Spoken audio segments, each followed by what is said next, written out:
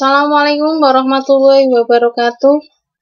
Alhamdulillah hari ini kita bisa berjumpa lagi dalam PJJ. Kita menyambung pelajaran minggu kemarin.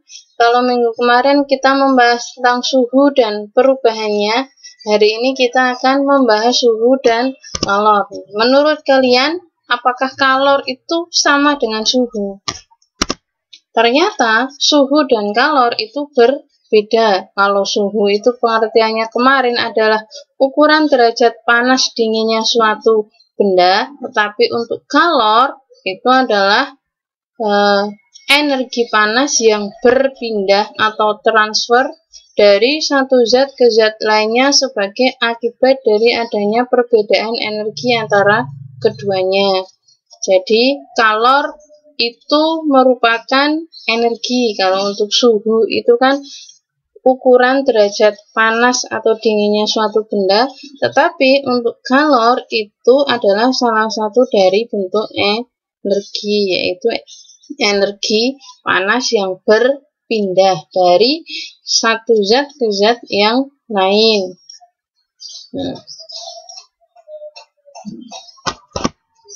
Kalor itu mengalir dari mana?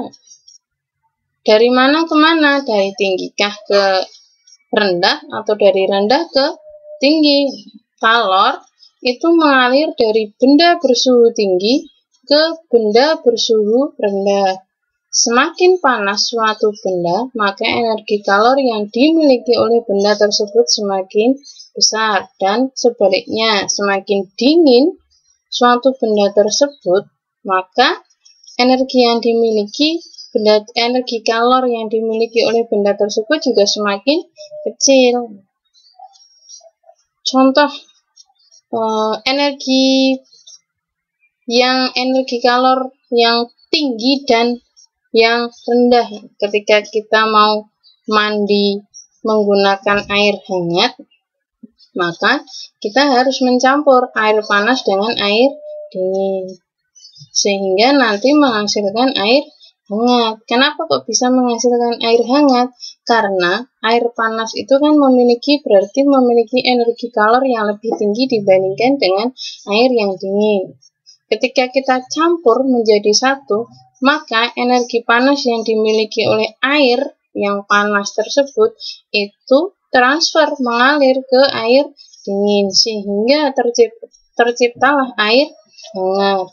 Ketika tercipta air hangat ini tidak bisa berpindah lagi, air panasnya, energi kalornya itu tidak bisa berpindah lagi. Kenapa?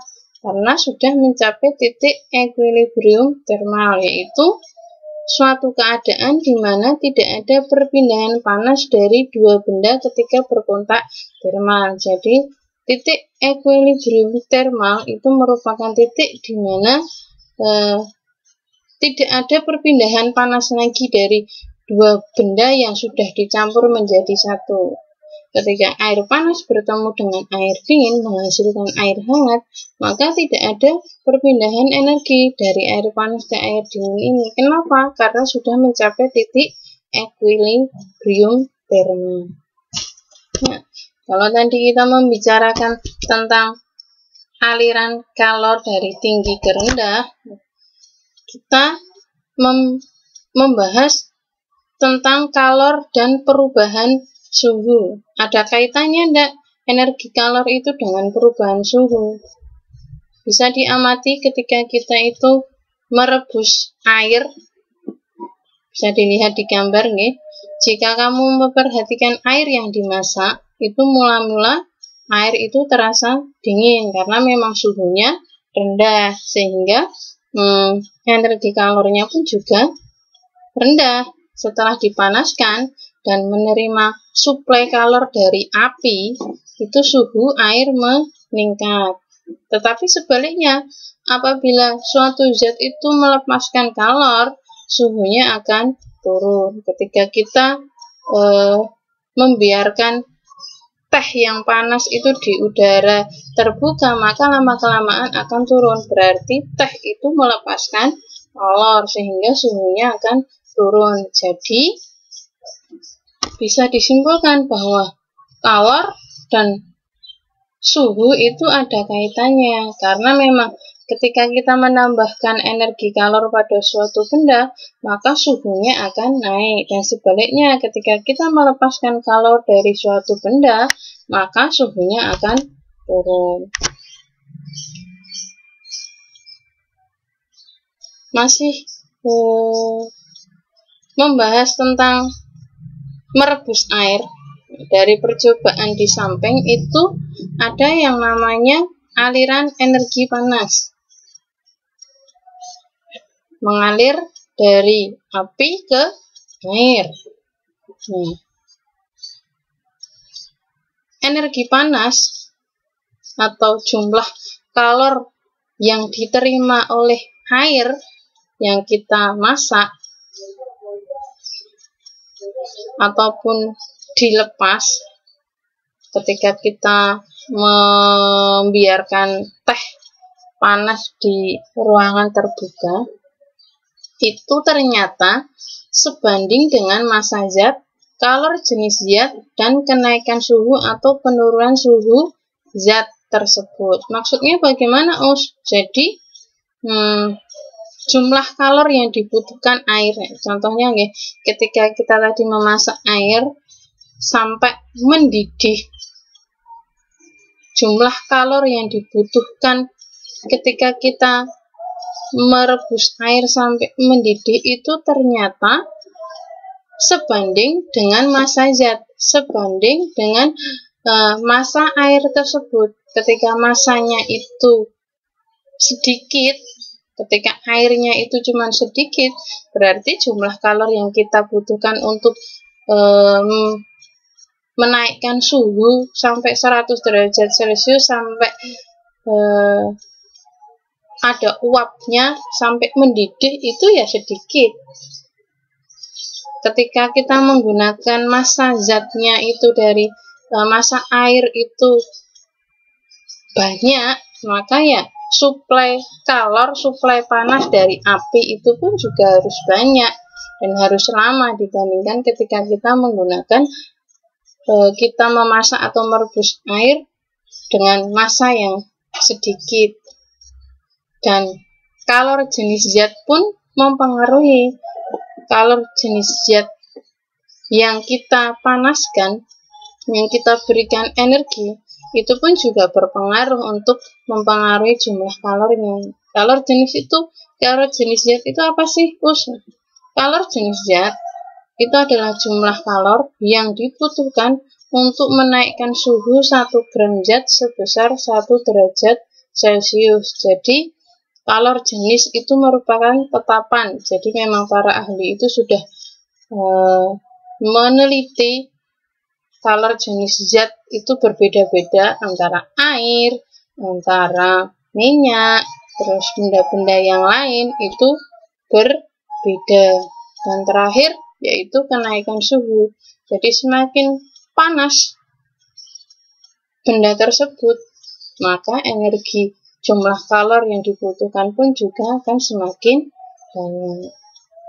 Nah, hubungan variabel-variabel itu, hubungan variabel-variabel di atas itu dapat dituliskan dalam sebuah rumus atau sebuah persamaan, yaitu Q sama dengan MC delta T.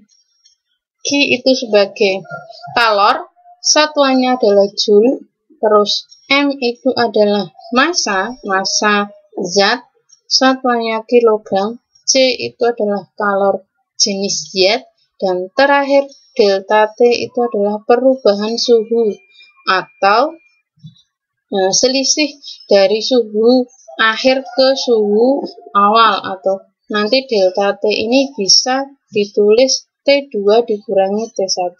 T2 itu adalah T akhirnya dan T1 itu adalah T awalnya. Dan segitiga ini itu dibaca delta. Delta itu menunjukkan selisih. Terus di belakangnya ada T, berarti itu menunjukkan suhu. Jadi delta T itu merupakan perubahan suhu. Biar mudahnya kita singkat untuk untuk memudahkan kita menghafal dari rumus tersebut, Q itu sama dengan macet MC delta T. Nah, terus bagaimana jika bagaimana kita mencari kalor itu jika berada di titik lebur dan titik uap? Bagaimanakah persamaan kalornya? Ketika air yang melebur atau berubah menjadi air, itu karena memang tidak ada kenaikan suhu, maka bisa kita tulis persamaannya itu adalah Q sama dengan M kali L. Q itu energi kalornya, M adalah masanya, dan L itu adalah kalor leburnya. Terus yang kedua itu ada kalor uap. Untuk persamaannya adalah Q sama dengan M kali U. Q itu adalah energi kalornya, M adalah masanya, dan U adalah kalor uap. Ketika benda itu berada di titik lebur dan titik didih, dia tidak akan mengalami perubahan suhu. Contohnya itu ketika es batu yang sedang melebur atau mencair. Ketika mencair yaitu dia stabil di titik 0 derajat Celcius. Adapun ketika kita masak air, ketika sudah mendidih menjadi uap, itu dia berada di titik 100 derajat Celcius. Jadi tidak ada perubahan suhu lagi. Untuk lebih pahamnya, ada contoh soal. Es batu bermassa 500 gram mengalami kenaikan suhu dari A ke F, jadi dari negatif 5 sampai 100 derajat Celcius. Jika kalor lebur esnya itu 333.000 Joule per kilogram, kalor jenis esnya itu 2100 Joule per kilogram derajat Celcius, kalor jenis air 4200 Joule per kilogram derajat Celcius, dan kalor uap air itu ada di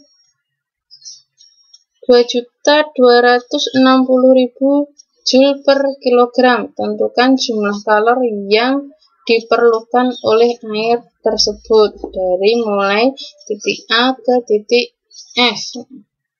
Untuk kalor lebur, kalor jenis es ini sudah ada ketetapannya. Jadi tinggal kita mencari di buku sudah ada. Bagaimana untuk mencarinya? Ya, kita mencari satu persatu. Yang pertama yaitu kalor yang dibutuhkan dari A naik ke B. Karena ada kenaikan suhu, berarti kita menggunakan rumus macet, yaitu Q sama dengan MC delta T. M-nya tadi 500 gram, kita ubah menjadi kilogram, berarti 0,5. C itu kalor jenis air, tadi 210, nah kita tulis 210. Kenaikan suhunya dari mulai T2 min T1, yaitu diakhiri di 0 dan diawali dari negatif 5. 0 dikurangi negatif 5, berarti 0 ditambah 5. Min kali min sama dengan plus 0,5 dikali 2100 dikali 5. Hasilnya adalah 5250 Joule. Untuk yang kedua yaitu kalor B ke C. Ini berada di titik lebur, jadi tidak ada perubahan suhunya. Tetap dalam kondisi 0 derajat Celcius. Q sama dengan M kali L. M-nya tadi 0,5 dan ini adalah kalor leburnya, menghasilkan nilai 166.500 Joule. Terus kalor C ke E. C ke E. Kenapa kok enggak ke D dulu, Us? Karena ini itu satu garis. Jadi langsung saja kita mencari C ke E karena memang nanti hasilnya pun kalau kita C ke D, D ke E terlalu banyak rumus yang kita gunakan. Untuk menghemat waktu ya langsung C ke E karena memang satu garis. Kalor C ke E sama dengan Q sama dengan MC delta T. Kenapa menggunakan MC delta T? Karena memang ada kenaikan suhu. M-nya tadi 0,5, C-nya itu adalah, nah ini itu posisinya menjadi kalor jenis, posisi zatnya itu berupa cairan. Jadi kita menggunakan zat kalor jenis air, yaitu 4200. Kalau ini tadi kita menggunakan kalor jenis es karena memang dalam kondisi beku. Kita peroleh 0,5 kali 4200 dikali dengan 100 dikurangi 0. Kita peroleh ini 210.000 Joule. Yang terakhir E ke F, karena memang tidak ada perubahan suhu ketika mendidih, kita menggunakan Q sama dengan MU 0,5 dikali ini nilainya dari kalor lebur kalor uapnya, kalor jenis uapnya tadi, mendapatkan hasil 1.130 Joule. Terus dari kalor A, B, D, C, C, E, dan E, F kita totalkan untuk menghasilkan kalor totalnya, yaitu Q1 sama dengan Q total itu sama dengan Q1 ditambah Q2 ditambah Q3 ditambah Q4. Nah, menghasilkan nilai segini. Kita membedakan antara C, L, terus ini ada C lagi dan U. Bagaimana U? Untuk membedakan antara C, L, terus C lagi, terus U, kita lihat posisinya itu di mana. Kalau di sini itu kan di bawah 0 derajat Celcius. Jadi air ketika di bawah 0 derajat Celcius maka keadaannya adalah beku. Jadi kita menggunakan kalor jenis es. Ketika di sini ini itu kalor ini itu keadaan melebur. Jadi kita menggunakan kalor lebur. Dan di C ke E itu keadaannya itu adalah untuk air itu keadaannya zat cair. Jadi kita menggunakan kalor jenis ini, zat kalor jenis air. Dan E ke F itu ketika air itu suhu 100 derajat, berarti dia berada di kondisi uap menguap. Jadi kita menggunakan kalor uap. Nah, ini kita menggunakan ini kalor uap air. Setelah kita belajar tentang kalor, energi kalor, kita belajar tentang perpindahan kalor. Ini mengulang di SD kelas 5. Perpindahan kalor itu ada apa saja? Ada 3 jenis, yaitu konduksi, konveksi, dan radiasi. Kita bahas satu-satu. Konduksi itu apa? Ada contoh di gambarnya nih. Ini adalah contoh dari konduksi, perpindahan panas, energi panas secara konduksi. Konduksi itu adalah perpindahan panas melalui zat padat yang tidak ikut mengalami perpindahan.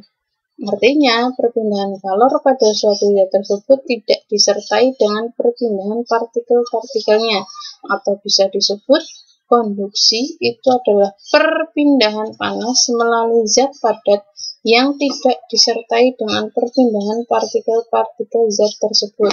Jadi, konduksi, lebih mudahnya lagi kalian mengingat, konduksi itu transfer atau aliran panas dari suatu zat padat. Konduksi itu hubungannya dengan zat padat. Karena memang tidak ada yang berpindah, tidak ada yang bergerak partikelnya, ya tetap di situ saja. Cuman panasnya saja yang mengalir, bukan partikel-partikelnya yang mengalir.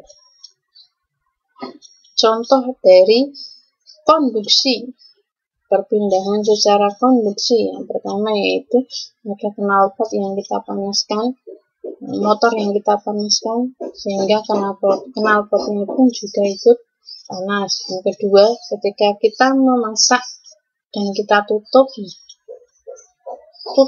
ini, ujung tutupnya ini, itu juga akan terasa panas, karena memang adanya perpindahan panas secara konduksi. Dan yang terakhir, ketika kita mengaduk teh, padahal kan yang tercelup, sendok yang terkena air yang tercelup itu kan hanya di ujung sini. Di sini kan tidak terkena langsung oleh air panas, tapi lama-kelamaan ujung atas itu juga terasa panas, karena memang adanya aliran panas secara konduksi. Jadi konduksi itu biasanya merupakan perpindahan panas pada zat padat.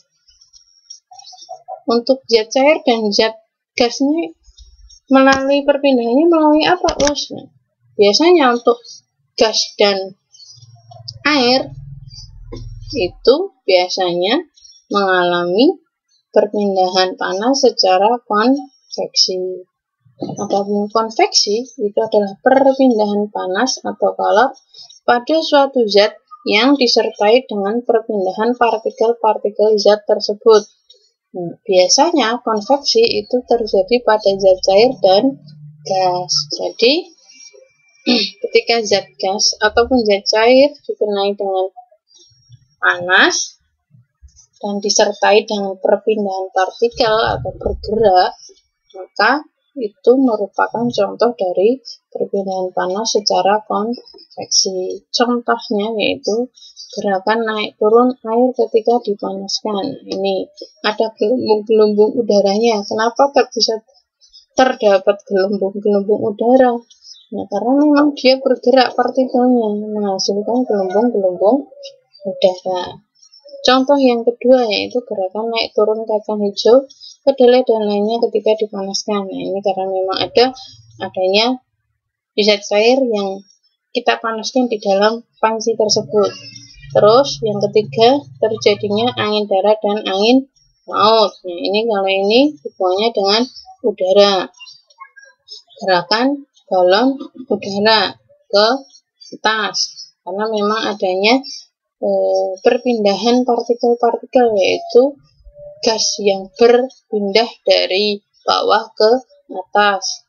Yang terakhir hampir sama dengan gerakan balon udara, yaitu asap cerobong pabrik yang membumbung tinggi, karena memang adanya perpindahan dari partikel-partikel gas sehingga bisa membumbung tinggi, sehingga bisa berpindah tempat. Yang terakhir adalah radiasi. Adapun radiasi adalah perpindahan panas tanpa zat perantara. Radiasi biasanya itu disertai dengan cahaya. Contohnya ini, itu contoh dari radiasi. Karena memang tidak melalui perantara. Dengan contoh lainnya yaitu ketika kita menggunakan api unggun. badan kita terasa hangat. Kenapa bisa terjadi seperti itu? Karena memang adanya perpindahan energi kalor secara radiasi. Yang kedua, sinar matahari yang masuk ke bumi. Yang ketiga, contoh yang ketiga yaitu ketika kita menetaskan telur. Jadi lampu itu digunakan untuk menghangatkan si telur, sehingga nanti bisa telur-telur ini nanti bisa berkembang. Untuk lampu-lampu itu yang kita manfaatkan bukan cahayanya, tetapi adalah panasnya. Maka kita menggunakan lampu kuning, karena memang lampu kuning itu lebih panas dibandingkan dengan menggunakan lampu yang berwarna putih.